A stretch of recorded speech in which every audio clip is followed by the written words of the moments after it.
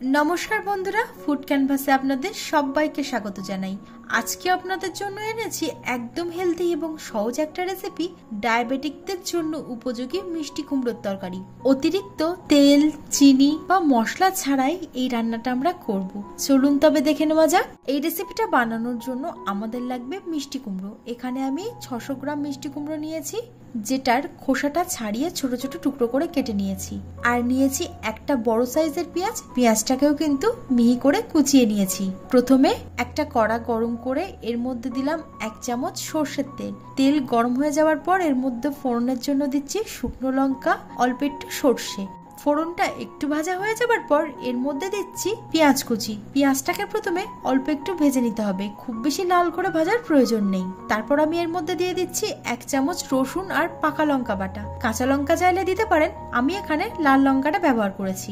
এবার রসুনের কাঁচা গন্ধটা চলে যাওয়া পর্যন্ত মশলাটাকে একটু ভেজে নিতে হবে। মশলাটা একটু ভাজা হয়ে যাবার পর এর মধ্যে দিচ্ছি কেটে ধুয়ে রাখা মিষ্টি কুমড়োটা, সঙ্গে দিচ্ছি স্বাদ মতো লবণ আর একটু হলুদ গুঁড়ো। এবার খুব ভালোভাবে মিশিয়ে নেওয়ার পর ঢাকনা চাপা দিয়ে 8 থেকে 10 মিনিটের জন্য কম আঁচে রান্না করতে হবে। মাঝে মধ্যে নেড়ে চেড়ে দিতে হবে যাতে নিচে না লেগে যায়। কিছুক্ষণ পর ঢাকনাটা খুললেই দেখতে পাবেন মিষ্টি কুমড়োটা বেশ নরম হয়ে এসেছে। এর মধ্যে কিন্তু জল দেওয়ার একদমই প্রয়োজন নেই। কুমড়ো থেকে যে জলটা বেরোবে তাতেই কিন্তু ভাজা হয়ে যাবে, তবে খুব জোর আঁচে ভাজা যাবে না, তাহলে কিন্তু এটা পুড়ে যাবে। সবশেষে এর মধ্যে দিয়ে দিচ্ছি একটু কাঁচা লঙ্কা কুচি, এতে সুন্দর একটা ফ্লেভার আসবে। যদি আপনাদের কাছে ধনেপাতা কুচি থাকে তাহলে সেটাও দিতে পারেন। এই তরকারিটা খুব কম তেল ঝালে তৈরি হলেও খেতে কিন্তু দুর্দান্ত লাগে।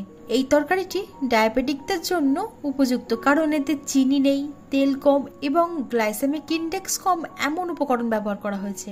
এটাকে আপনারা ভাত, রুটি, ব্রাউন রাইস বা ওটসের সাথে পরিবেশন করতে পারবেন। স্বাদেও যেমন অসাধারণ, তেমন শরীরের জন্য উপকারী। সঙ্গে একটু স্যালাড আর প্রোটিনের জন্য রাখলাম সিদ্ধ ডিম। ব্যাস, তৈরি হয়ে গেল আজকের রান্না। আজকের ভিডিওটি ভালো লাগলে অবশ্যই একটা লাইক করে দেবেন, কমেন্ট করে জানাবেন কেমন লাগলো। আর এমনই স্বাস্থ্যকর রেসিপি পেতে আমাদের চ্যানেল ফুড ক্যানভাসকে সাবস্ক্রাইব করতে একদম ভুলবেন না। ধন্যবাদ।